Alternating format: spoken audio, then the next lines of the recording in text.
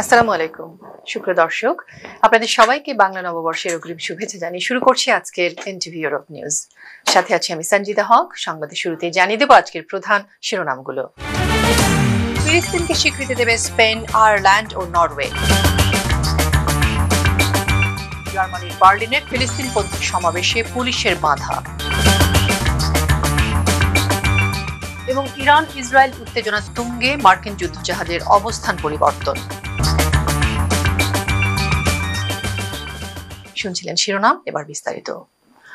দর্শক, আগামীকাল 14 এপ্রিল বাংলা নববর্ষের প্রথম দিন। উৎসবটি উপলক্ষে আপনাদের সকলকে অনেক অনেক শুভকামনা। আশা করছি পরিবারের সকলকে নিয়ে বাঙালির এই উৎসবকে উপভোগ করবেন এবং নতুন প্রজন্মকে এই উৎসব সম্পর্কে জানিয়ে দেবেন। এনটিভি ইউরোপ পরিবারের পক্ষ থেকে সকলকে আগাম শুভেচ্ছা, শুভ নববর্ষ। দর্শক, চলে যাচ্ছি মূল সংবাদে। ফিলিস্তিনকে রাষ্ট্র হিসেবে আনুষ্ঠানিক স্বীকৃতি দেওয়ার সিদ্ধান্তের কথা আগেই জানিয়েছিলেন স্পেনের প্রধানমন্ত্রী পেদ্রো সানচেজ।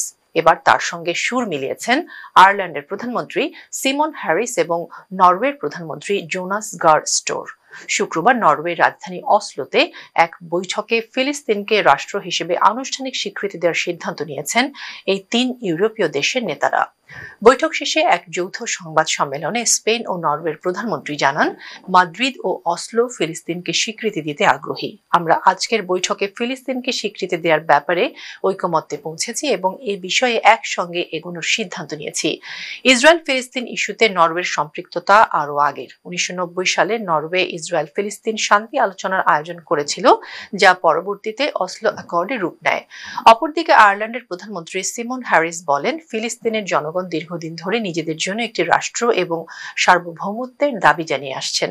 বিশ্বের প্রতিটি স্বাধীন জাতি যে সম্মান মর্যাদা ভোগ করছে, ফিলিস্তিনের জনগণের জন্য তা প্রাপ্য। ডাবলিন ফিলিস্তিনকে স্বীকৃতি দিতে চায় এবং সেই সঙ্গে আশা করে ইউরোপের অন্যান্য রাষ্ট্রগুলোও এই পথ অনুসরণ করবে। এদিকে বার্লিনে ফিলিস্তিনপন্থী সমাবেশ শুরুর পরপরই পুলিশ তাতে বাধা দেয় এবং বাতিল করে। সমাবেশের প্রধান বক্তাদের একজন এর আগে অভিযোগ তোলেন, তাকে বিমানবন্দরে আটকে দেওয়ার পাশাপাশি জার্মানিতে প্রবেশে বাধা দেয় কর্তৃপক্ষ। এক্স হ্যান্ডলে এক টুইটে শুক্রবার পুলিশ জানায়, কর্মকর্তারা প্রাথমিকভাবে প্যালেস্টাইন কংগ্রেসের সমাবেশ বন্ধ করে দেন কারণ এক বক্তার জার্মানিতে রাজনৈতিক কার্যকলাপের ওপর নিষেধাজ্ঞা ছিল। রোববারের মধ্যে ড্রোন ও মিসাইল দিয়ে ইসরায়েলে হামলা চালাতে পারে ইরান। শুক্রবার সাংবাদিকদের সঙ্গে আলাপকালে মার্কিন প্রেসিডেন্ট জো বাইডেন বলেন, ইরান শিগগিরই ইসরায়েলে হামলা চালাতে পারে। বাইডেন বলেন, আমরা ইসরায়েলকে রক্ষা করতে প্রতিশ্রুতিবদ্ধ। অন্যদিকে পাল্টা হামলার প্রস্তুতির কথা জানিয়েছেন ইসরায়েল। দর্শক, এবার বাংলাদেশ প্রসঙ্গ। বাংলার নববর্ষ বরণ করে নিতে চারদিকে চলছে বিশাল আয়োজন। ঢাকা বিশ্ববিদ্যালয়ে চারুকলা এলাকায় এবং রমনার বটমূলে বর্ষবরণ আয়োজনের প্রস্তুতি শেষ। বাঙালির সার্বজনীন উৎসব নিরাপদ রাখতে তৎপর আইন শৃঙ্খলা রক্ষাকারী বাহিনী। এখন অপেক্ষা শুধু নতুন ভোরের। দর্শক, এ নিয়ে আরো বিস্তারিত রিপোর্টে। নতুন বছরের প্রথম সূর্যোদয়ের নরম ভোরে রমনার বটমূলে সুরে ও বাণীতে বরণ করে নেওয়া হবে বৈশাখকে। সেই আয়োজনের শেষ প্রস্তুতির দৃশ্য এটি। বর্ষবরণ উৎসবের অন্যতম আকর্ষণ মঙ্গল শোভাযাত্রারও সব প্রস্তুতি শেষ করেছে ঢাকা বিশ্ববিদ্যালয়ের চারুকলা ইনস্টিটিউট। সকাল 9টায় শুরু করার আমাদের কথা আছে, কিন্তু আমরা 15 মিনিট পরে শুরু করব, কারণ ছায়ানট থেকে অনেকেই এখানে এসে অংশগ্রহণ করতে চান এই মঙ্গল শোভাযাত্রায়। এদিকে সকালে বটমূলের নিরাপত্তা ব্যবস্থা পরিদর্শন করেন ডিএমপি কমিশনার ও র্যাব মহাপরিচালক। বর্ষবরণ অনুষ্ঠান ঘিরে নিশ্ছিদ্র নিরাপত্তা ব্যবস্থার কথা জানান তারা। প্রত্যেকটি জায়গায় সিসিটিভি ক্যামেরা দ্বারা নিরাপত্তা ব্যবস্থা পর্যবেক্ষণ করা হবে। ওয়াচ টাওয়ার নির্মাণ করা হয়েছে, ড্রোন ভিউ দ্বারা নিরাপত্তা ব্যবস্থা পর্যবেক্ষণ করা হবে। বাংলা নববর্ষকে কেন্দ্র করে যে কোনো ধরনের জঙ্গি হামলার ব্যাপারে সুনির্দিষ্ট তথ্য পাওয়া যায়নি, তবু আমরা আত্মতৃপ্তি ভুগছি না। সর্বসাধারণের জন্য রোববার বিকেল 5টা পর্যন্ত রমনা বটমূল উন্মুক্ত থাকবে, আর সন্ধ্যার মধ্যে বর্ষবরণের অনুষ্ঠান শেষ করার নির্দেশনা দেয়া হয়েছে পুলিশের তরফে। জুনায়েদ আল হাবিব, এনটিভি নিউজ, ঢাকা। আন্তর্জাতিক প্রসঙ্গ। অস্ট্রেলিয়ার সিডনিতে একটি শপিং সেন্টারে ছুরি হামলার ঘটনায় অন্তত 5 জন নিহত হয়েছেন। আজ শনিবার দেশটির নিউ সাউথ ওয়েলসের ওয়েস্টফিল্ড বন্ডি জংশন শপিং সেন্টারে এই ঘটনা ঘটে। পবিত্র ঈদ উল ফিতর উপলক্ষে সিলেটের দক্ষিণ সুরমায় আরিফুর রহমান ফাউন্ডেশনের পক্ষ থেকে এলাকার 1.5 শতাধিক পরিবারের মধ্যে 8 কেজি করে ঈদ উপহার সামগ্রী বিতরণ করা হয়েছে। সিলেট 3 আসনের সংসদ সদস্য হাবিবুর রহমান হাবিব প্রধান অতিথি হিসেবে উপস্থিত থেকে এসব ঈদ উপহার সামগ্রী বিতরণ করেন। মোহাম্মদ সুহেল মিয়ার ছবিতে সিলেট থেকে আমাদের সহকর্মী আশরাফুল ইসলাম ইমরানের রিপোর্টে দেখুন বিস্তারিত। পবিত্র ঈদ উল ফিতর উপলক্ষে সিলেটের দক্ষিণ সুরমায় আরিফুর রহমান ফাউন্ডেশনের পক্ষ থেকে এলাকার 1.5 শতাধিক পরিবারের মধ্যে 8 কেজি করে ঈদ উপহার সামগ্রী বিতরণ করা হয়েছে। আরিফুর রহমান ফাউন্ডেশন যেটা, এটা হচ্ছে আমার বাবা মায়ের নামে করা। এটার মূল উদ্দেশ্যটুকু হচ্ছে যেটা সমাজের নিম্ন আয়ের মানুষ যাদের, তাদেরকে নিয়ে সাথে করে চলা। 150 জনকে মোটামুটি 8.5 কেজি করে ঈদের উপহার সামগ্রী আমরা দিতে সামর্থ্য হচ্ছে। ইনশাল্লাহ এটা দিন দিন আরও বৃদ্ধি পাবে। গত মঙ্গলবার কামালবাজার পুরানগাঁও পীর বাড়িতে এসব উপহার সামগ্রী পেয়ে অসহায় মানুষজন ফাউন্ডেশনের প্রতি কৃতজ্ঞতা জানিয়ে প্রাণ ভরে দোয়া করেন। বিগত আরও দিছেন, আমরা নিচে নিয়া খাইছি, খাইয়া দোয়া করছি যে আল্লাহ দিছেন তারা আরও বলিয়া দোকা আমরা দোয়া করতাম। তাই আমরা খাদ্য দিছেন, কত গরিব আমরা আইছি, আমরা ঈদ করতাম। আর তো গরিব দুঃখী আমরা সব হই কেন আল্লাহর কুমলে আমরা দোয়া করতাম, নামাজ পড়িও দোয়া করতাম। আব্দুর রশিদের সভাপতিত্বে ও ফুহাদ আহমদের পরিচালনায় ঈদ উপহার সামগ্রী বিতরণ উপলক্ষে আলোচনা সভায় প্রধান অতিথির বক্তব্য রাখেন সিলেট 3 আসনের সংসদ সদস্য হাবিবুর রহমান হাবিব। গতবারও এসেছিলাম, আমার সম্ভবত আগের বছর এসেছি। সব কাজ ফেলে এখানেই আসি যে এটি মহৎ কাজ, এটি ভালো কাজ। তার জন্য দোয়া করবেন, তার পরিবারে তারা যে বোন মারা গেছে তাদের জন্য দোয়া করবেন, এবং এই ধরনের কাজ যারা করে তাদেরকে আপনারা সাপোর্ট দিবেন। শুভেচ্ছা বক্তব্যে আরিফুর রহমান ফাউন্ডেশনের চেয়ারম্যান তরুণ উদ্যোক্তা মোহাম্মদ দিলওয়ার হুসাইন জানান, সদ্য প্রয়াত ছোট বোন জান্না ও তার পরিবারের মুর্দেগানের রুহের মাগফিরাত কামনায় মানুষের মাঝে এসব উপহার সামগ্রী বিতরণ করেন। গত বছর আমার ছোট বোন হঠাৎ করে মৃত্যুবরণ করাতে আমরা আসলে খুবই মানসিকভাবে বিপর্যস্ত হয়ে পড়ি, এবং তার নামটা আজকে আমরা ব্যানারে অ্যাড করেছি। এবং আল্লাহ সুবহানাহু ওয়া তাআলা যেন আমার বোনটাকে জান্নাতুল উচ্চ মাকাম এবং আমার পরিবারের মুর্দেগানকে জান্নাতুল উচ্চ মাকাম দান করেন। অনুষ্ঠানে বিশেষ অতিথির বক্তব্য রাখেন কামালবাজার ইউনিয়ন পরিষদের চেয়ারম্যান একরামুল হক, ইউনিয়ন আওয়ামী লীগের সাধারণ সম্পাদক আবুল হোসেন, সিরাজুল ইসলাম, বশির আহমদ, বাবর আলী, শেখ জাকের আহমদ, আমিনুল ইসলাম, নুরুল ইসলাম, কলিলুর রহমান, মুসা ইব্রাহিম। অনুষ্ঠানের শুরুতে পবিত্র কুরআন থেকে তেলাওয়াত করেন আরাফাত বিন হুসাইন আল মামুন। দোয়ার মাধ্যমে অনুষ্ঠানের সমাপ্তি হয়। দোয়া পরিচালনা করেন অনুষ্ঠানের প্রধান অতিথি সংসদ সদস্য হাবিবুর রহমান হাবিব। Ashraful Islam Imran, NTV Europe, Sylhet. জগন্নাথপুর উপজেলার বিনোদন কেন্দ্রিক কোনো পার্ক কিংবা অন্য কোনো স্থাপনা না থাকায় ঈদ সহ যে কোনো উৎসবে বিনোদন প্রেমীদের একমাত্র ভরসা এখন সিলেট বিভাগের দীর্ঘতম রানীগঞ্জ সেতু। সেতুটি চালু হওয়ার পর থেকে প্রতিদিন বিনোদন প্রেমীদের উপচে পড়া ভিড় দেখা দেয়। কুশিয়ারা নদীর উপর দীর্ঘতম রানীগঞ্জ সেতুটি ঘুরে দেখতে আসা দর্শকদের পড়তে হয় বিড়ম্বনায়। মোটরসাইকেল চালকরা বেপরোয়া গতিতে মোটরসাইকেল চালানোর ফলে অনেকেই বিব্রতকর অবস্থায় পড়তে হচ্ছে। এসব মোটরসাইকেল চালকদের নিয়ন্ত্রিত না করা হলে প্রতিনিয়ত দুর্ঘটনার আশঙ্কা করছেন সেতুটি দেখতে আসা মানুষজন। সুনামগঞ্জের জগন্নাথপুর থেকে আমাদের সহকর্মী মোহাম্মদ আব্দুল হাই জানান, ঈদের ছুটিতে দর্শনার্থীদের পদচারণায় মুখরিত এখন রানীগঞ্জ সেতু। বিকেল হলেই মোটরসাইকেল আরোহীদের আনাগোনা বৃদ্ধি পায়।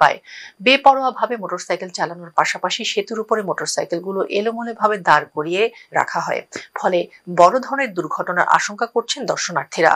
পাগলা জগন্নাথপুর রানীগঞ্জ ভায়া ঢাকা আঞ্চলিক মহাসড়কের জগন্নাথপুর উপজেলার কুশিয়ারা নদীর উপর সিলেট বিভাগের দীর্ঘতম রানীগঞ্জ সেতুটি বিগত 2022 সালের 7 নভেম্বর উদ্বোধন করা হয়। এরপর থেকে রাজধানী ঢাকার সঙ্গে সরাসরি জগন্নাথপুর তথা সুনামগঞ্জ জেলাবাসীর সড়ক যোগাযোগ শুরু হয়। দীর্ঘতম দীর্ঘতম এই সেতুটি দেখতে প্রতিদিন ভিড় করছেন জনসাধারণ। বিশেষ করে পবিত্র ঈদ উল ফিতর, ঈদ উল আজহা সহ বিভিন্ন ছুটির দিনে হাজার হাজার দর্শনার্থীদের ঢল নামে ওই সেতুতে। তবে এ সময় কিছু মোটরসাইকেল চালকগণ বেপরোয়াভাবে গাড়ি চালিয়ে দুর্ঘটনার সৃষ্টি করছেন। পাশাপাশি সেতুর উপরে গাড়ি দাঁড় করিয়ে রাখায় যানজট লেগে চরম ভোগান্তির শিকার হচ্ছেন যাতায়াতকারীরা। বিশেষ করে ঈদ উল ফিতরের উৎসবে এই সেতুতে মানুষের ঢল নামায় সমস্যা প্রকট হয়েছে। অনেক ভারী যানবাহন চলাচলে যানজটের সৃষ্টি হয়। স্থানীয়রা জানান, আমরা মুক্ত বাতাস ও ঈদের আনন্দ উপভোগ করতে ও বিকেলের সময় পার করতে সেতুটিতে আসা হয়। মোটরসাইকেল আরোহীদের বেপরোয়া গতির কারণে অনেকেই শঙ্কিত। আইন শৃঙ্খলা বাহিনীর নজরদারি থাকলে দর্শনার্থীরা নির্বিঘ্নে সেতুটি ঘুরে দেখতে পারবেন। একটা জিনিস আমরা সমস্যা দেখি যে কিছু মোটরসাইকেল কিছু আরোহীগুলো আছেন তারা আসলে খুব স্পিডে চলাফেরা করেন, প্লাস কিছু মানুষ সকল আছেন এখানে কিছু পকার সকল আছে ফ্রিজিং করে। এর লাগে আসলে আমরা দেখছি কেন বিভিন্ন এলাকাতে যারা বেড়াইতে এরা আসলে সমস্যা পড়ে। ঈদের দিন বেড়ানিতে আমরা আইছি, কিন্তু আওয়ার পরে দেখা যায় যে লাগান মোটরসাইকেল চালাই না কজনে বা গাড়ি ঘোরাও পার্কিং তো রাখছেন, তারা গাড়ির জোর আছে রাস্তার মাঝে রাখছেন তার গাড়ি হল, আমরা কিন্তু ঠিক মতো বেড়াইতে পারেন না, অনেক অসুবিধা। আর গাড়ি না তারা মোটরসাইকেল চালায়, অ্যাক্সিডেন্টের ঝুঁকি বেশি। পক্ষ থেকে নিরাপত্তা ব্যবস্থা আছে, আমাদের যে ব্যাপার যে মোটরসাইকেল চালায় আমাদের চেকপোস্ট আছে, আমাদের পুলিশ তৎপরতা আছে। এই কারণে ইনশাল্লাহ এই বছর কিছু হয় না এখন পর্যন্ত। আমাদের অফিসার আছে, আমাদের মোবাইল টিম আছে, আমাদের মোবাইল টিমগুলি কাজ করে। এর উপরে তো আর চেকপোস্ট নেই। পবিত্র ঈদ উল ফিতর উপলক্ষে ঈদ উপহার সামগ্রী বিতরণ করেছে মুন্সির বাজার ওয়েলফেয়ার ট্রাস্ট ইউকে। গত বুধবার এলাকার 265 পরিবারের মধ্যে লুঙ্গি ও শাড়ি ট্রাস্টের পক্ষ থেকে ঈদ উপহার হিসেবে বিতরণ করা হয়। অনুষ্ঠানে বিভিন্ন রাজনৈতিক ও সামাজিক নেতৃবৃন্দ উপস্থিত ছিলেন। মোহাম্মদ সুহেল মিয়ার ছবিতে সিলেট থেকে আমাদের সহকর্মী আশরাফুল ইসলাম ইমরানের রিপোর্টে দেখুন বিস্তারিত। পবিত্র ঈদ উল ফিতর উপলক্ষে ঈদ উপহার সামগ্রী বিতরণ করেছে মুন্সির বাজার ওয়েলফেয়ার ট্রাস্ট ইউকে। গত বুধবার মুন্সির বাজার এলাকার 265 পরিবারের মধ্যে লুঙ্গি ও শাড়ি ট্রাস্টের পক্ষ থেকে ঈদ উপহার হিসেবে বিতরণ করা হয়। বিতরণ উপলক্ষে আলোচনা সভায় ট্রাস্টের সভাপতি গুলাম রব্বানী বাবর ভার্চুয়ালি ও সহসভাপতি আজিমুল ইসলাম বেলাল সভাপতিত্ব করেন।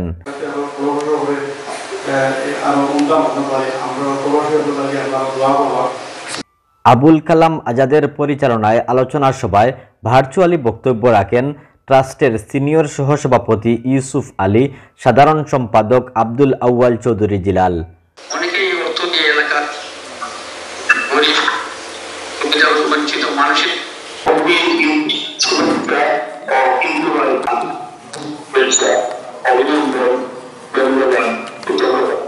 বিশেষ অতিথির বক্তব্য রাখেন বিশিষ্ট মুরব্বী আলাউদ্দিন চৌধুরী, আব্দুস শহীদ শামীম, নিজাম উদ্দিন, রিয়াজ উদ্দিন মেম্বার, মুন্সির বাজার সমাজ কল্যাণ সংস্থার সভাপতি ডাক্তার আব্দুল জলিল।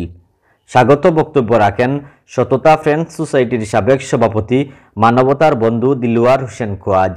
আপনারা দেশের বাইরে থেকেও আমাদের এই এলাকার পিছিয়ে পড়া মানুষের জন্য যে কাজ করছেন, নিশ্চয়ই প্রতিদান আল্লাহ আপনাদের দিবেন। উপস্থিত ছিলেন সততা ফ্রেন্ডস সোসাইটির সাধারণ সম্পাদক আলী হুসাইন, তরুণ সমাজসেবী জালাল উদ্দিন, আলী রাজ, আলী আকবর সুমন, আখতার হোসেন, আব্দুর রহমান মিনহাজ, আমিনুর ইসলাম, তোয়াহিদ আলী, ইমাদ উদ্দিন। শুরুতে পবিত্র কুরআন থেকে তেলাওয়াত করেন মুন্সির বাজার জামে মসজিদের ইমাম ও খতিব মাওলানা মীর নজরুল ইসলাম। দোয়ার মাধ্যমে অনুষ্ঠানের সমাপ্তি হয়। অনুষ্ঠানে বিভিন্ন রাজনৈতিক ও সামাজিক নেতৃবৃন্দ উপস্থিত ছিলেন। Ashraful Islam Imran, NTV Europe, Sylhet. প্রবাসী কল্যাণ ও বৈদেশিক কর্মসংস্থান প্রতিমন্ত্রী ও সিলেট জেলা আওয়ামী লীগের সভাপতি শফিকুর রহমান চৌধুরী এমপি বলেছেন, ঈদ উল ফিতর মুসলিম ধর্মের একটি বড় উৎসব। এই উৎসবে সকলেই পরিবারের সাথে আনন্দে কাটিয়েছেন। প্রধানমন্ত্রী শেখ হাসিনা নির্দেশ দিয়েছেন সকল নেতাকর্মীদের খোঁজ খবর নিতে এবং অসহায় নেতাকর্মীদের পাশে দাঁড়াতে। সে অনুযায়ী আমিও নেতাকর্মীদের পাশে ছিলাম, আছি এবং আগামীতেও থাকব। আমাদের সহকর্মী জুবেল আহমদ শেকেল জানান, গতকাল শুক্রবার বিকেলে সিলেটের ওসমানীনগর উপজেলা পরিষদের অডিটোরিয়ামে দলীয় নেতাকর্মী ও সাধারণ মানুষের সাথে ঈদ উল ফিতরের শুভেচ্ছা বিনিময়কালে প্রতিমন্ত্রী শফিকুর রহমান চৌধুরী এসব কথা বলেন। এ সময় তিনি আরো বলেন, বঙ্গবন্ধুর আদর্শে উজ্জীবিত তৃণমূলই আওয়ামী লীগের প্রাণ। প্রধানমন্ত্রী জননেত্রী শেখ হাসিনার সরকারের উন্নয়নকে বাধাগ্রস্ত করতে একটি মহল বিভিন্ন অপতৎপরতা চালিয়ে যাচ্ছে। সবাই ঐক্যবদ্ধ থেকে অপতৎপরতার বিরুদ্ধে সোচ্চার হয়ে সরকারের উন্নয়ন চিত্র তৃণমূল মানুষের কাছে তুলে ধরতে হবে। ওসমানীনগর উপজেলা আওয়ামী লীগের সভাপতি আতাউর রহমানের সভাপতিত্বে ও সাধারণ সম্পাদক আফজালুর রহমান চৌধুরী নাজরুর পরিচালনায় অনুষ্ঠানে বক্তব্য রাখেন ওসমানীনগর উপজেলা পরিষদের মহিলা ভাইস চেয়ারম্যান জাহানারা বেগম, ওসমানীনগর থানার ওসি রাশিদুল হক, উপজেলা আওয়ামী লীগের সহ সভাপতি ও সাবেক চেয়ারম্যান হারুন মিয়া, সাদিপুর ইউনিয়ন পরিষদের চেয়ারম্যান ভিপি শাহেদ আহমদ মুসা, তাজপুর ইউনিয়ন পরিষদের চেয়ারম্যান অরুণোদয় পাল ঝলক। অনুষ্ঠানের শুরুতে পবিত্র কুরআন থেকে তেলাওয়াত করেন উপজেলা স্বেচ্ছাসেবক লীগ নেতা মামুন আহমদ ও পবিত্র গীতা পাঠ করেন উপজেলা আওয়ামী লীগের সদস্য নিরঞ্জন ধর। অনুষ্ঠানে উপজেলা আওয়ামী লীগ, মহিলা আওয়ামী লীগ, যুবলীগ, ছাত্রলীগ, স্বেচ্ছাসেবক লীগ, কৃষক লীগ সহ দলের অঙ্গ সহযোগী সংগঠনের নেতাকর্মী ও বিভিন্ন শ্রেণী পেশার কয়েক শতাধিক মানুষ উপস্থিত ছিলেন। সর্বস্তরের মানুষ পবিত্র ঈদ উল ফিতর উদযাপন করেছে। এক মাস সিয়াম সাধনার পর ঈদের মাধ্যমে আমাদের সবার মধ্যে সুখ শান্তি সমৃদ্ধি ফিরে আসুক এবং সুখ শান্তির মাধ্যমে আমরা সবাই বসবাস করব। জননেত্রী শেখ হাসিনার নেতৃত্বে ডিজিটাল বাংলাদেশ হয়েছে। ভিশন 2041 বাস্তবায়িত করার লক্ষ্যে, স্মার্ট বাংলাদেশ করার লক্ষ্যে আমরা সবাই ঐক্যবদ্ধ হয়ে থাকব এবং বঙ্গবন্ধুর স্বপ্নের সোনারগাঁও প্রতিষ্ঠিত করব। সবাইকে ধন্যবাদ। সাবেক পরিবেশ, বন ও জলবায়ু পরিবর্তন বিষয়ক মন্ত্রী মোহাম্মদ শাহাবুদ্দিন এমপি বলেছেন, প্রকৃতির সাথে যুদ্ধ করে বেঁচে থাকার নামই জীবন। ঝড়, বাদল, অনাবৃষ্টি সহ বিভিন্ন প্রাকৃতিক দুর্যোগের সাথে যুদ্ধ করেই আমাদের বেঁচে থাকতে হবে। শুক্রবার জুড়িতে এক অনুষ্ঠানে তিনি এসব কথা বলেন। মৌলভীবাজারের জুড়ি থেকে আমাদের সহকর্মী তানজির আহমেদ রাসেল জানান, উপজেলার ফুলতলা ইউনিয়নের কোনাগাঁও গ্রামে সম্প্রতি ঘূর্ণিঝড়ে ক্ষতিগ্রস্ত 14টি পরিবারের মধ্যে নগদ 3000 টাকা ও এক বান্ডিল করে ঢেউটিন বিতরণ করেছেন মৌলভীবাজার 1 আসনের সংসদ সদস্য ও সাবেক মন্ত্রী আলহাজ শাহাবুদ্দিন এমপি। ফুলতলা ইউনিয়ন যুবলীগের সাবেক সভাপতি আতিকুর রহমান সোহেলের পরিচালনায় অনুষ্ঠানে উপস্থিত ছিলেন জুড়ি উপজেলা নির্বাহী অফিসার লুচিকান্ত হাজং, উপজেলা পরিষদের vice chairman Rinku Ranjan Das, Phultala union পরিষদের chairman Abdul Alim shallow, Phultala union Awami লীগের সভাপতি কাঞ্চন চক্রবর্তী, সাধারণ সম্পাদক তাজুল ইসলাম, ইউপি সদস্য ইমতিয়াজ গফুর মারুফ, স্বপন মালিক, সাবেক ছাত্রনেতা আব্দুল লতিফ বাবু, উপজেলা ছাত্রলীগের সাবেক সভাপতি শাহাবুদ্দিন সাবেল, যুবলীগ নেতা আব্দুল বাসিদ ছায়াদ প্রমুখ। বাংলা সংস্কৃতির ঐতিহ্যকে ধারণ ও বহন করতে প্রতি বছরের মতো চৈত্র সংক্রান্তিতে এবারও উৎসবমুখর পরিবেশে মৌলভীবাজারের কমলগঞ্জ উপজেলার 1 নং রহিমপুর ইউনিয়নের 6চিরি দিঘির পাড়ে চড়ক পূজা অনুষ্ঠিত হয়েছে। এই চড়ক পূজা আয়োজন করে সনাতন ধর্মাবলম্বীরা। শ্রীমঙ্গল ও কমলগঞ্জ উপজেলা থেকে আমাদের সহকর্মী পিন্টু দেবনাথ জানান, শনিবার বিকেল 4টা থেকে সন্ধ্যা পর্যন্ত অনুষ্ঠিত হয় এই পূজা। ব্যাপক সংখ্যক লোক সমাগমের মধ্যে প্রথমে শিব গৌরী নাচ, কালী নৃত্য, বলিচ্ছেদ নৃত্য ও বর্ষি গেঁথে গাছে ঝুলিয়ে চড়ক গাছ ঘোরানো হয়। ঐতিহ্যবাহী চড়ক পূজা দেখার জন্য বিভিন্ন এলাকা থেকে ধর্ম বর্ণ নির্বিশেষে ব্যাপক সংখ্যক লোকের সমাগম ঘটে। দিঘির পাড়ে বসে বিশাল মেলা। মেলায় বিভিন্ন রকমারি জিনিসের সয়লাভ দেখা যায়। এছাড়াও কমলগঞ্জ উপজেলা ও শ্রীমঙ্গল উপজেলার বিভিন্ন স্থানে চড়ক পূজা উদযাপনের খবর পাওয়া গেছে। দর্শক, এই ছিল আমাদের হাতে থাকা এনটিভি ইউরোপ নিউজের সর্বশেষ আয়োজন। এই খবরের ভিডিও সহ আপডেট জানতে ভিজিট করুন ইউরোপ এনটিভি অনলাইন www.europentv.com। সাথে থাকার জন্য সবাইকে ধন্যবাদ। শুভ নববর্ষ। আল্লাহ হাফেজ।